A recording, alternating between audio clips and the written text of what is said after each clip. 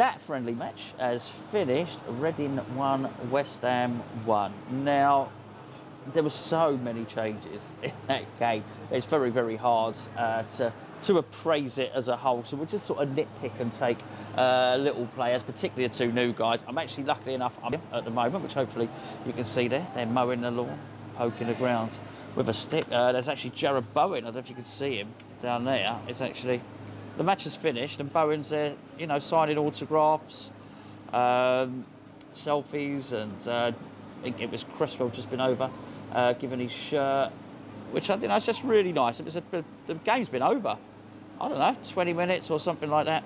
So really nice to see. Actually, while we're on the subject, let's talk about Bowen a little bit.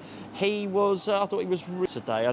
I don't know if you, let me just turn the camera back. I don't know if you joined myself and Gio on the post-match breakdown show. It's not called that. It's not called a post-match breakdown show. But I said I was really, really impressed with him. And it's hard not to be impressed by Bowen in terms of he's such a good player. His level and his standard is so high. When you watch him play, you can't think he's getting any better. But I think he may even better season next season. I really do. His touch looked sharp. He can't have as much fitness as the others. He really looks to have benefited from going away with England. As I said in the video, it was him that created the goal for Vlasic. Really nice work down in a Bowen position, down on the right wing. Stood a couple of the defenders up, made them sort of static, and then was just quicker off the mark. His reactions were such that he nicked it past them, chipped the ball up. Vlasic headed it in, and that is going to do wonders for Vlasic's confidence, who played 60 minutes. There are a couple of substitutions at half time.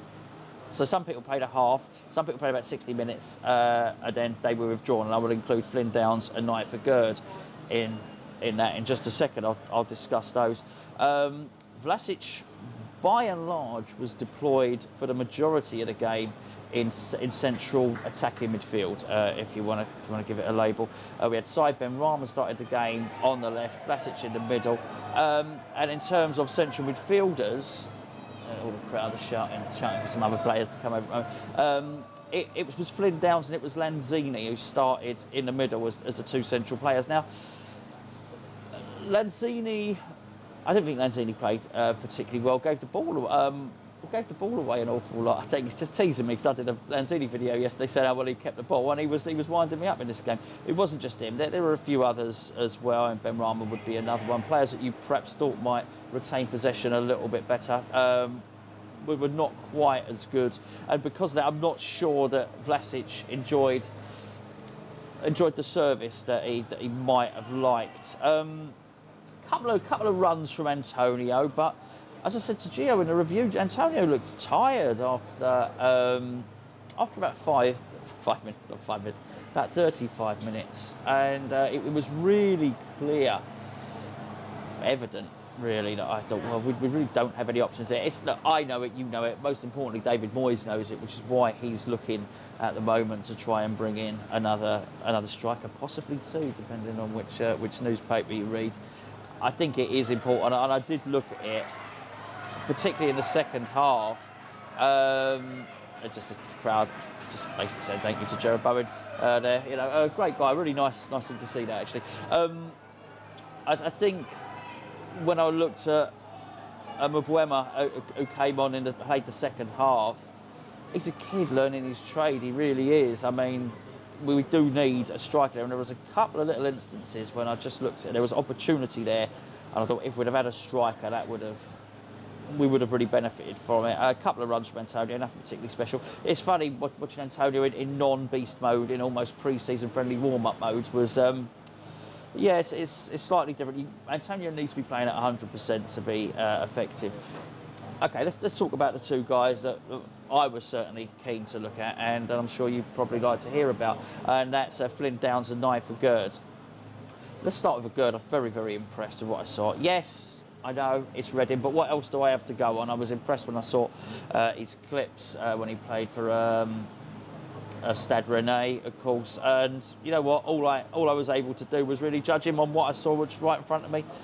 I think rather than judging him on how he performed against the Reading attackers, I couldn't tell you whether Reading attackers are good, bad or indifferent. But I do know when a player is leading the line. I do know when a player is being vocal. I do know when a player is dictating the positional placement. That's not the right term, but of his teammates. I mean, he was organising and orchestrating the spacing between all the players, the high line, whether they drop back.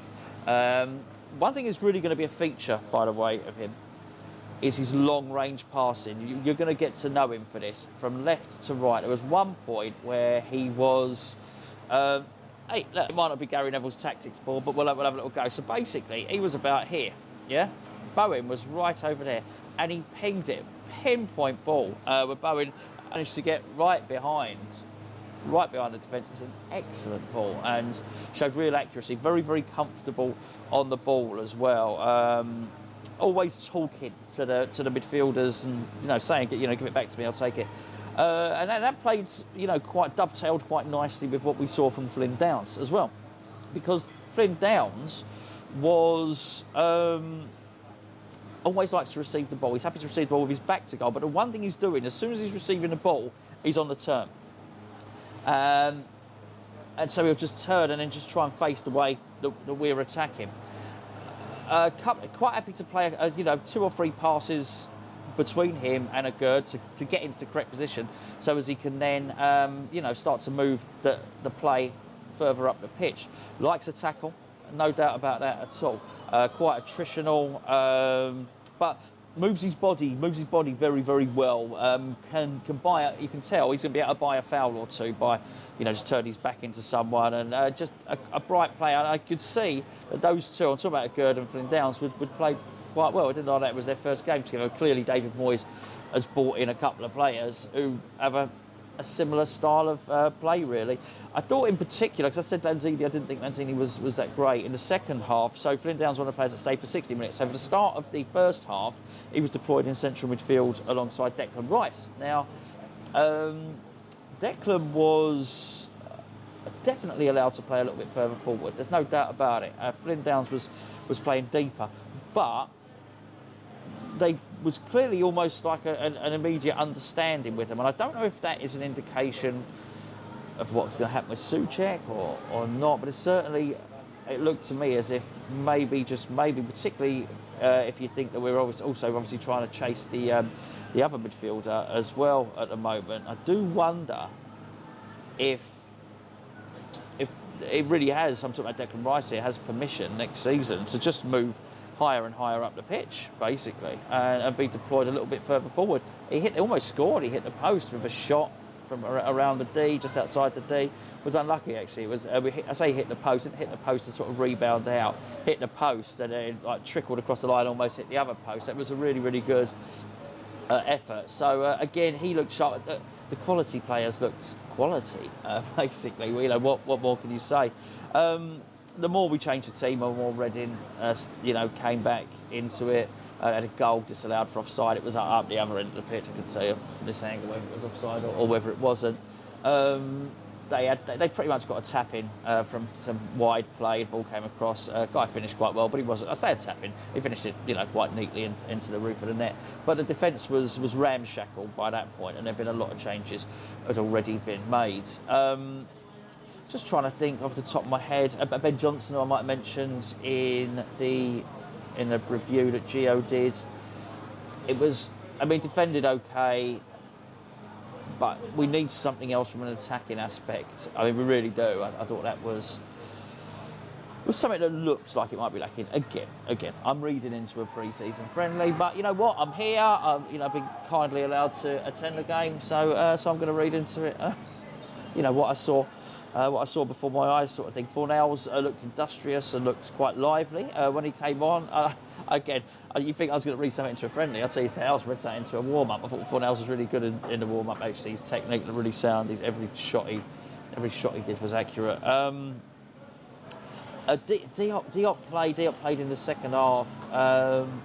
Made a bit of a whopping error, actually, complete lapse in concentration. But having seen Ogbonna today, who did play, who seems to be, as I already mentioned, have a completely different training regime, I think I'm not surprised if David Moyes wants to retain Issa Diop. I thought Issa Diop was going, but I look at it and I just wonder, actually, if he lets Diop go, but bear in mind Elise's gone, we're now in exactly the same position that we were in before, which is, if Ogbonna is a bit sketchy, then you're looking like you've got 3 centre halves basically in Zuma, Aguerd, and obviously Craig Dawson. So I would not be surprised if Diop is retained. All in all, enjoyable sunny day out. I think the fans really enjoyed it. There's plenty to see, plenty to offer. Massive arcade play in the second half on the left wing again. So I think highlighting that we probably do need. So not probably, I think we do need a left winger. There's still much business to be done, but I think the business we have done, the players looked good. Well, I'm going to try and get this done, get this uploaded. Let's test out the Reading Wi-Fi, shall we? But all in all, I think probably a good outing for David Moyes. I think he'll be very pleased with just getting, as he said, getting miles in the players' legs.